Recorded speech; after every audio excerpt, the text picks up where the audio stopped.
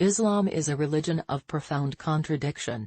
Commonly portrayed as a religion of peace, it is simultaneously responsible for the majority of terrorist attacks around the world. While claiming to advocate high ethical standards, the Muslim faith also advocates intentional deception under the doctrine known in Arabic as taqiyya, which encourages believers to deliberately mislead non-Muslims if it will further the faith. A prominent example of taqiyya is the Imam Muhammad Shahidullah, who is active in interfaith outreach. He has addressed the New York Police Department and has visited the White House as part of an interfaith delegation. He has participated in an event at New York's 9/11 Tribute Museum and has attended the United Nations World Interfaith Harmony Week.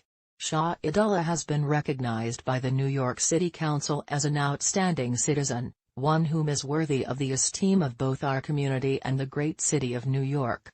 The Investigative Project on Terrorism, however, reports that Shahidullah, a Bangladeshi native who lives in Queens, New York's Jamaica neighborhood, is also responsible for propagating extremist and Islamist propaganda through his website Dawah USA. Included on his website is American-born al-Qaeda cleric Anwar al-Awlaki's infamous "It's a War on Islam" speech, which portrays counter-terrorism efforts as a war against Muslims and Islam.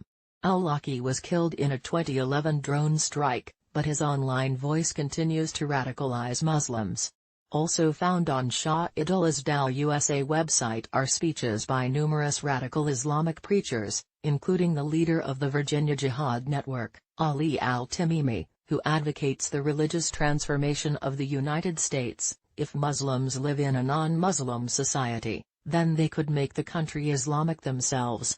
Speeches by al-Tamimi's mentor, Abu Amin Bilal Phillips, are also featured on the site. Philip rails against the concept of globalized Western civilization as portrayed in secular democracy, which is ostensibly being pushed down the throats of the rest of the world.